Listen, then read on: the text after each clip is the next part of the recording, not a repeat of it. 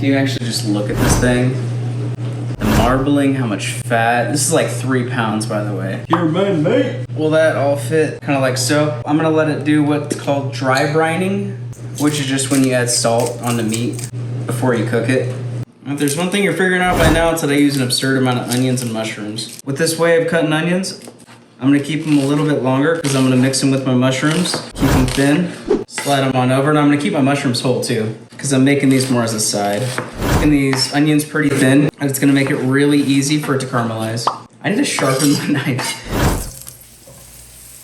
I don't know if I'm the only psychopath that's like this, but every time I make mashed potatoes, I gotta peel my potatoes. Every time you cut tomatoes, do you see how your knife gets all weird? That's why what we're gonna do in a minute is we're gonna wash them to get all the starch off. Before we add the potatoes to the water, we're gonna make it like salt water, almost.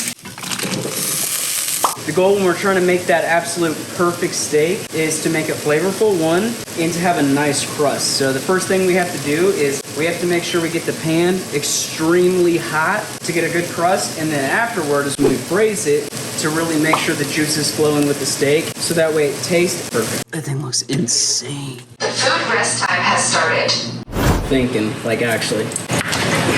We're just gonna take her off the bone, and then taste test.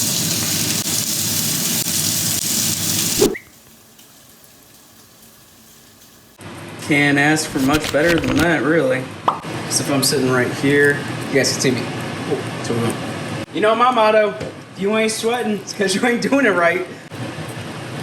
I had a decent amount of butter. Like, at minimum, quarter of a stick, if not almost half. So we're gonna literally finish all this butter. That's browning really fast, so actually what we're gonna do is set that over there for a second. But as you can tell, the way that it's browning like that is exactly what we want. Grab this big doofus. I'm gonna toss it in there. Oh, fuck, that's heavy. You got your big spoon, some thyme, a couple of pieces of rosemary, 3 when it comes to garlic. God, it's so heavy. My forehead feels like it's going through a tsunami while I'm doing this. The camera can't really pick up on it too well. It's hot. Now look, I work out a decent amount, so like if I'm saying this is heavy, it's kind of heavy. All right, setting it right there, right on top. Clouding up right there, that's letting you know that it's starting to soften quite a bit because the starch is like leaving the potatoes.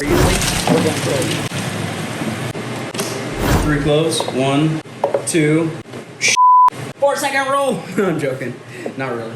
Quarter of a stick of butter. And this is a personal thing of me. We're gonna add some sour cream. There are 3 different parts of the ribeye itself, or the tomahawk, whatever you wanna call it. We got the actual fillet piece, that's this piece in the center, which is the more tougher part, but still extremely good. We got the tail, which is very fatty, muscle, protein, deliciousness. But my favorite part is the cap. Piece is always extremely tender, extremely fat, not as lean as the fillet piece here in the middle, so it's not as tough. It's kind of going around, as you can tell, because it goes all the way around. So we got the cap, and we got the tail. So that way we have different pieces that we get to demonstrate and cut. So what we're gonna do is we're gonna cut into it, take a look at it. It's about a medium well. It's a tiny bit over what I was wanting to do, but it's still gonna be extremely delicious. Notice there's a whole lot of fat here on the edge. I trimmed it off. Trim it, see how you got like a little piece right there?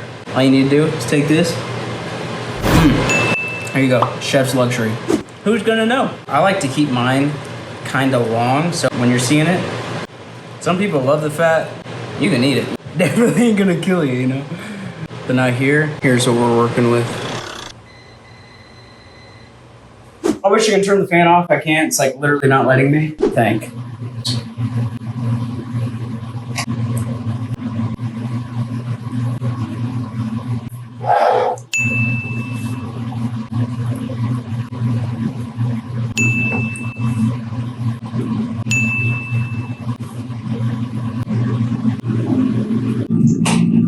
Those potatoes, they're a little bit creamy. They're really good though. Like when it comes to seasoning, I did good. That steak is so good. Dude. Steak's like my favorite food in the entire world too, but that is good. Garlic roasted mushrooms with caramelized onions. They're extremely soft. Mushrooms. I shocked myself a little bit. This is pretty damn good. Really, I'm kind of getting decent at these overall. Hopefully you guys learn how to make some good stuff, because if you try to do this, you will not be sad. I can promise you that.